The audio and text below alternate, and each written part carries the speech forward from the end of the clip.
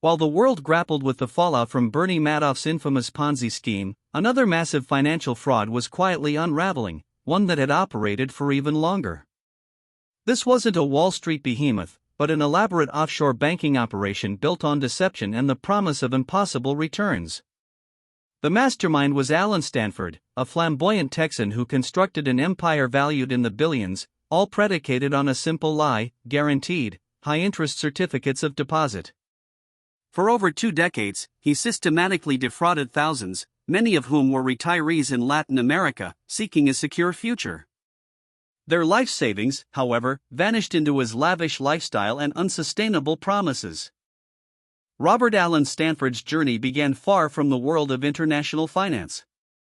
Born in Texas, he started with varied business ventures, finding his footing in real estate and investments. But his true ambition quickly surfaced: to build a financial empire, one that transcended geographical borders and traditional regulations. He saw an opportunity in the booming offshore financial sector, a place where oversight was minimal, and the allure of secrecy and high returns could draw in a specific, trusting clientele. This vision led him to the Caribbean, where he would establish the cornerstone of his deceptive enterprise. In the mid-1980s, Stanford strategically established Stanford International Bank, or SIB, on the picturesque Caribbean island of Antigua. This location was not chosen by chance. Antigua, like many small island nations, offered advantageous financial regulations, including low taxes and strict banking secrecy laws. These conditions created a fertile ground for an operation that thrived on obscurity. SIB quickly became the hub of Stanford's burgeoning financial network, presenting itself as a legitimate, secure institution dedicated to wealth management, promising investors unparalleled returns that seemed too good to be true. The concept of offshore banking itself isn't inherently illegal, but it frequently attracts those seeking to avoid taxes or scrutiny. Stanford masterfully exploited this perception. He offered certificates of deposit, or CDs, with exceptionally high, guaranteed returns, often double or triple what legitimate institutions offered. This was the primary bait. The offshore nature of SIB meant it largely operated outside the direct regulatory reach of the US, UK, or European financial authorities. This lack of robust, centralized oversight was not a bug in Stanford's system, but a core feature, essential for masking the true nature of his operations. Stanford's marketing was highly effective, especially among a vulnerable demographic, retirees, particularly in Latin American countries. These individuals, often living on fixed incomes, were naturally drawn to the promise of secure, high-yield investments that could safeguard their retirement funds. Stanford's sales agents, operating across the Americas, built personal relationships, fostering trust and painting a picture of stability and prosperity. Many investors liquidated pensions, sold homes, and entrusted their entire life savings to SIB, believing they had found a safe haven for their future, shielded from economic volatility. How did Stanford ostensibly deliver such impressive returns year after year? The answer, as with all Ponzi schemes, was simple: new investor money paid off old investors. There was no real underlying investment strategy generating these profits. Stanford created fictitious historical performance data, fabricating spreadsheets and reports to show consistent, exceptional growth.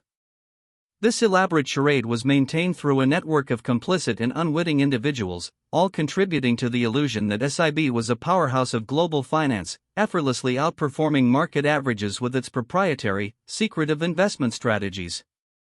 While investors believed their money was safely growing in Antigua, Stanford was siphoning vast sums to fund a truly extravagant lifestyle. Private jets, multiple mansions, a fleet of luxury vehicles, and lavish parties became his signature. This conspicuous consumption wasn't merely personal indulgence, it served as part of the charade. By appearing immensely wealthy and successful, Stanford projected an image of competence and trustworthiness, reinforcing the belief that his bank was a legitimate, thriving enterprise. The billions he claimed to manage were not in secure investments but largely feeding his insatiable appetites and maintaining the facade. To further enhance his image and expand his influence, Stanford poured millions into high-profile sports sponsorships, particularly cricket, a popular sport in the Caribbean and UK.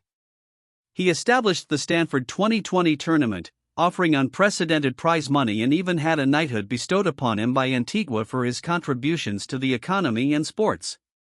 These visible ventures lent an air of legitimacy and philanthropy to his operations, diverting attention from the lack of transparency in his banking activities.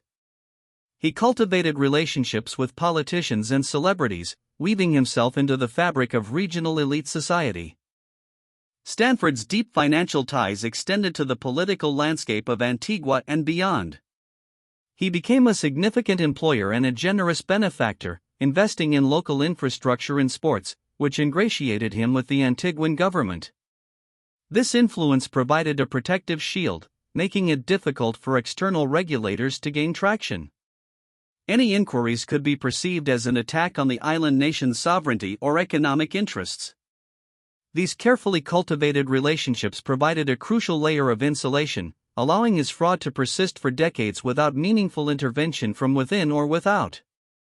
Despite the widespread belief in Stanford's legitimacy, red flags began to appear over the years. Financial analysts and journalists occasionally raised questions about the improbable, consistent returns, and the opaque nature of SIB's investments.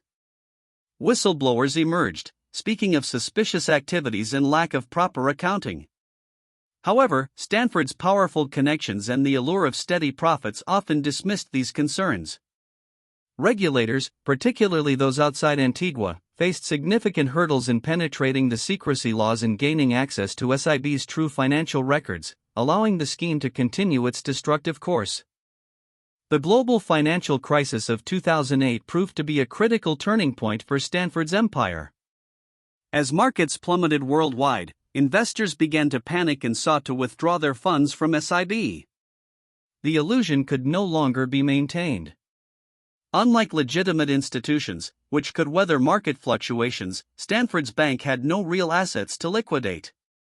The mass withdrawal requests exposed the fundamental flaw of the Ponzi scheme. It relied on an ever-increasing inflow of new capital to pay existing obligations. When that inflow dried up, the entire house of cards began its inevitable collapse, revealing its fraudulent core. The rising tide of investor complaints and the global economic turmoil finally pushed the U.S. Securities and Exchange Commission, or SEC, to launch a full-scale investigation into Stanford International Bank. Despite years of skepticism, the sheer volume of funds involved and the growing evidence of irregularities became undeniable. The SEC meticulously pieced together the puzzle of Stanford's fraudulent operations, confronting the intricate web of offshore accounts, shell companies, and fictitious transactions.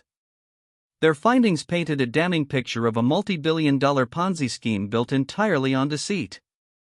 On February 17, 2009, the illusion shattered completely. Alan Stanford was arrested by federal agents in Virginia.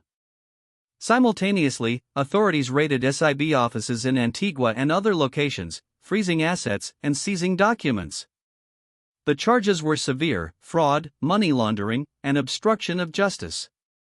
The once celebrated financier, who had hobnobbed with elites and presented himself as a savior of investors, was now exposed as a master manipulator. The arrests marked the definitive end of an era of deception that had spanned more than 2 decades, leaving behind a trail of devastated lives and financial ruin. The trial of Alan Stanford was a complex and lengthy affair. Prosecutors presented overwhelming evidence detailing how SIB's CDs were entirely fictitious, and how investor money was systematically diverted. Former employees, some complicit, some unwitting, testified about the pressure to maintain the facade and the lack of real investment activity. The court heard harrowing accounts from victims, many of them Latin American retirees, who described losing everything they had worked for. Their testimonials underscored the devastating human cost of Stanford's greed and deception, painting a clear picture of betrayal.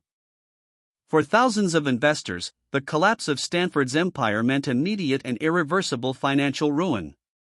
Many retirees, particularly in Latin America, faced destitution. Their carefully planned futures evaporated, leaving them without homes, medical care, or basic necessities. The recovery process was agonizingly slow and yielded only a fraction of their lost savings. The emotional toll was immense, marked by despair, anger, and a profound sense of betrayal. The hope of a secure retirement, promised by Stanford's glittering brochures, turned into a harsh reality of shattered dreams and lingering injustice. In March 2012, after a protracted legal battle, Alan Stanford was found guilty on multiple counts of fraud, conspiracy, and obstruction. The court acknowledged the immense scale of his deception and the catastrophic impact on his victims. In June 2012, he was sentenced to an extraordinary 110 years in federal prison.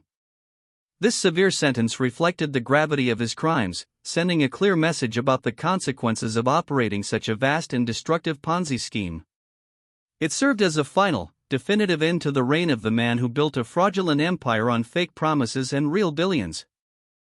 While Bernie Madoff's name became synonymous with Ponzi schemes, Alan Stanford's fraud was distinct in its longevity and the demographic it targeted.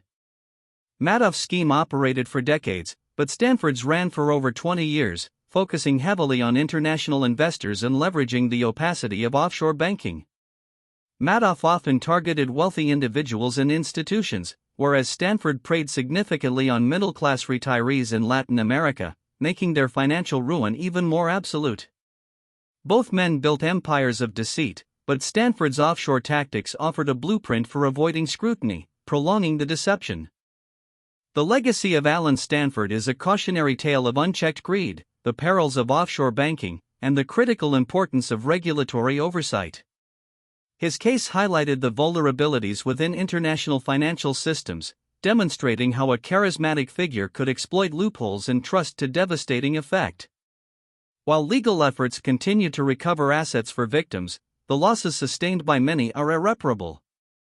The story serves as a stark reminder that promises of consistently high, guaranteed returns, especially from opaque offshore entities, should always be met with extreme skepticism, no matter how convincing the facade. In the wake of major frauds like Stanford's, there has been a global push for enhanced financial regulation and increased transparency in offshore jurisdictions.